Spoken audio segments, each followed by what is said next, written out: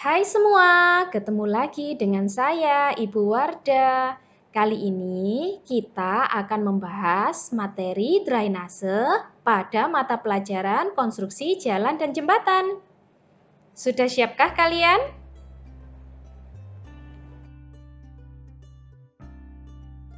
Sebelum kita memulai, tahukah kalian tentang drainase?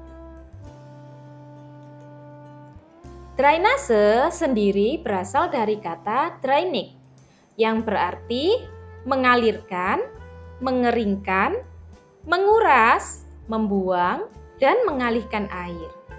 Dalam bidang teknik sipil, drainase didefinisikan sebagai suatu tindakan teknis untuk mengurangi kelebihan air, baik yang berasal dari hujan, rembesan, maupun air irigasi dari suatu kawasan lahan, sehingga fungsi kawasan lahan tidak terganggu.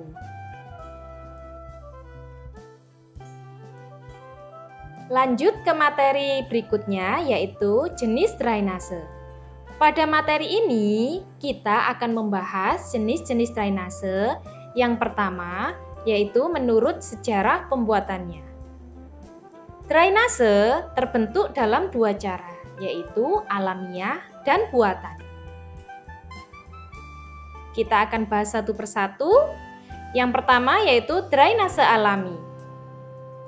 Drainase alami atau disebut juga natural drainage merupakan drainase yang terbentuk secara alami tanpa adanya bangunan-bangunan pendukung seperti bangunan pelimpah, pasangan batu atau beton, gorong-gorong, dan sebagainya. Drainase alami dapat terbentuk karena gerakan air akibat gravitasi bumi. Gerakan air tersebut akan menggerus permukaan tanah sehingga terbentuklah jalur aliran air yang berfungsi secara permanen. Berikut gambar dari drainase alami.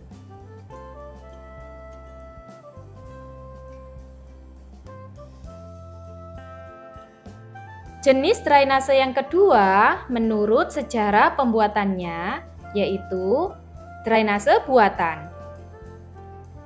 Drainase buatan atau artificial drainage merupakan drainase yang sengaja dibangun oleh manusia untuk tujuan tertentu.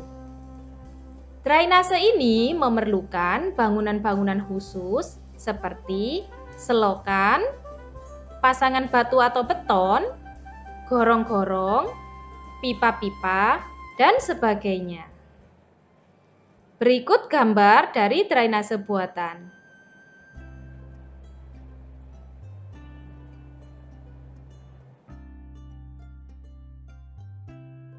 Lanjut ke jenis drainase menurut letak bangunan.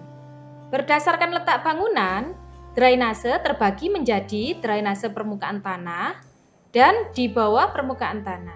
Berikut informasinya. Drainase permukaan tanah atau yang disebut dengan surface drainage merupakan drainase yang terletak di atas permukaan tanah. Drainase ini digunakan untuk mengalirkan air limpasan dan genangan di permukaan. Berikut contoh gambar dari drainase permukaan tanah.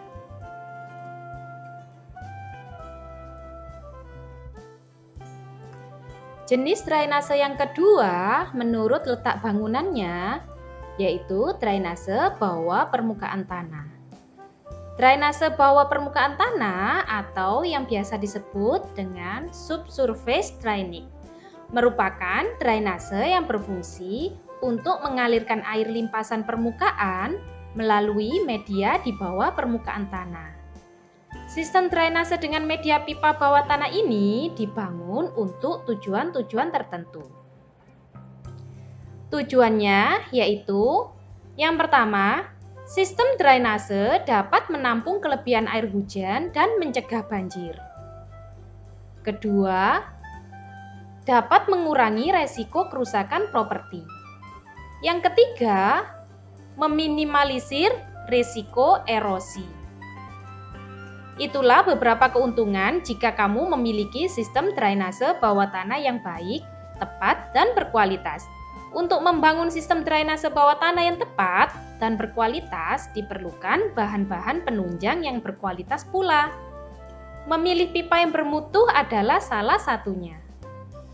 Nah, sudah pahamkah kalian tentang drainase? Lanjut ke bagian berikutnya. Lanjut ke materi berikutnya, jenis drainase menurut fungsinya. Drainase terbagi menjadi dua, yaitu single purpose dan juga multi purpose. Perbedaannya adalah sebagai berikut. Mari kita bahas satu persatu.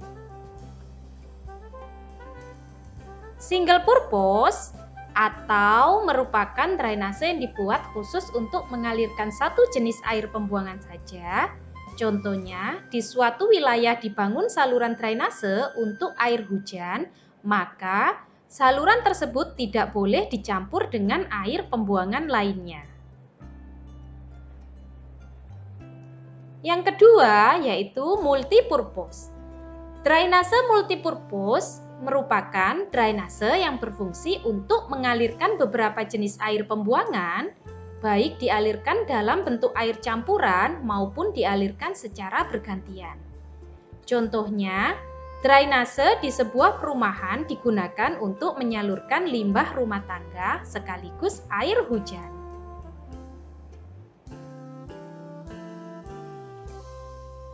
Lanjut ke jenis drainase menurut konstruksinya. Drainase berdasarkan konstruksi terbagi menjadi saluran terbuka dan juga tertutup. Apa perbedaannya? Mari kita bahas satu persatu. Yang pertama, yaitu saluran terbuka. Saluran terbuka adalah saluran yang konstruksi bagian atasnya terbuka dan berhubungan dengan udara luar. Biasanya, drainase ini digunakan untuk mengalirkan air yang tidak mengandung limbah berbahaya, misalnya air hujan. Coba kalian perhatikan gambar di samping. Di situ, gambar saluran terbuka. Pada bagian atasnya terbuka dan berhubungan dengan udara luar secara langsung.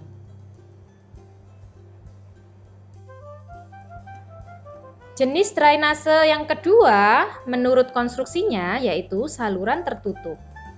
Saluran tertutup adalah saluran yang konstruksi bagian atasnya tertutup dan tidak berhubungan dengan udara luar. Seringkali saluran ini digunakan untuk aliran air kotor atau untuk saluran yang ada di tengah kota. Coba perhatikan gambar di samping. Saluran ini biasanya ada di jalan-jalan di tengah kota. Bagian konstruksi atasnya tertutup dan tidak berhubungan dengan udara luar.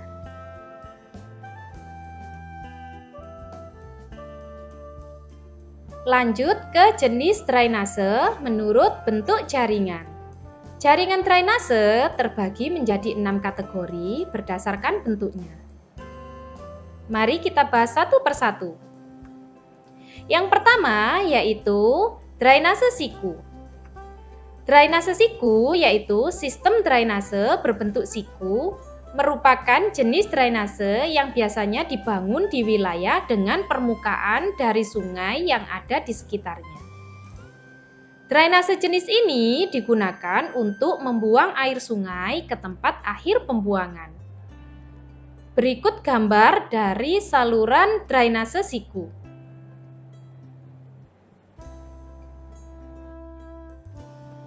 Yang kedua yaitu drainase alamiah. Drainase jenis ini mempunyai bentuk yang mirip dengan drainase siku. Akan tetapi, saluran cabang dan utamanya berbentuk seperti panah. Kalian bisa lihat gambar di sampingnya, yaitu bentuk dari drainase alami yang hampir menyerupai drainase siku, akan tetapi saluran cabang dan utamanya berbentuk seperti panah.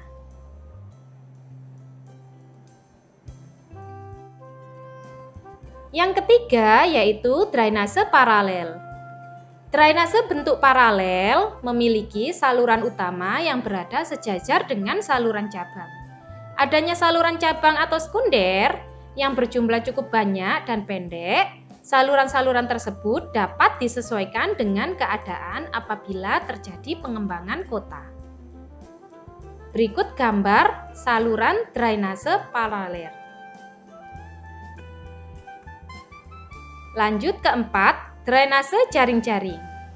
Drainase jaring-jaring, sistem drainase jaring-jaring dibentuk mengikuti arah jalan raya.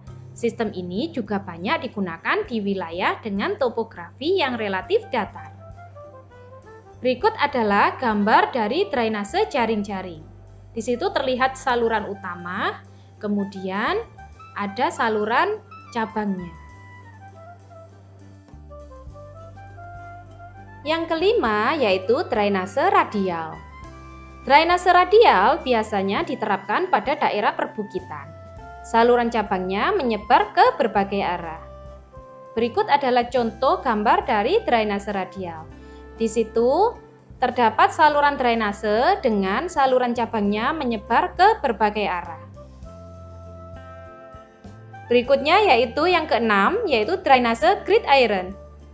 Sistem drainase grid iron, saluran utama berada di sisi paling ujung dan saluran cabang lainnya tidak mengelilinginya layaknya drainase paralel.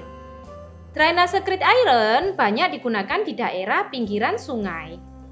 Berikut contoh gambarnya.